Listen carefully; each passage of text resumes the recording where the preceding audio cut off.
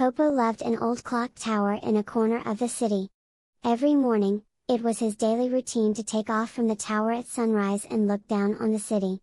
One day, while relaxing on top of the tower as usual, he noticed a dim light leaking from the back of an old wall clock.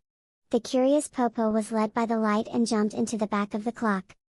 Behind the clock, an unimaginable sight unfolded. It was a place like the heart of a giant machine, with countless gears intricately interlocked. And in the center was embedded a crystal that emitted a mysterious glow. The moment Popo touched the crystal, a dazzling light spread throughout the room and he lost consciousness. When Popo woke up, he was in a landscape he had never seen before. Flying cars were flying in the sky, and buildings towered high into the clouds. This was not the city he knew. Popo realized that he had traveled back in time. The future city was like a dream to Popo. But at the same time, Popo felt lonely. There were no birds in the sky like before, instead drones were flying around. There was almost no nature, and it was full of artificial things. Popo had many experiences in the future city.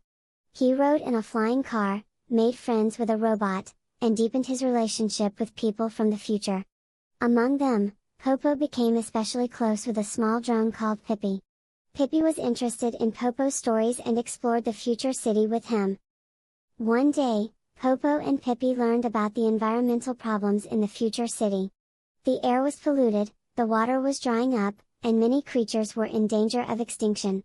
Popo was shocked by the difference from his hometown, a world rich in nature. Popo wanted to do something to solve the environmental problems in the future city. Together with Pippi, he carries out various activities to convey the importance of nature to the people of the future. At first, no one believes Popo's story, but little by little, people are moved by Popo's enthusiasm and actions. One day, Popo succeeds in starting the time machine again. Deciding to return to his hometown, Popo says goodbye to the people of the future and returns to the clock tower.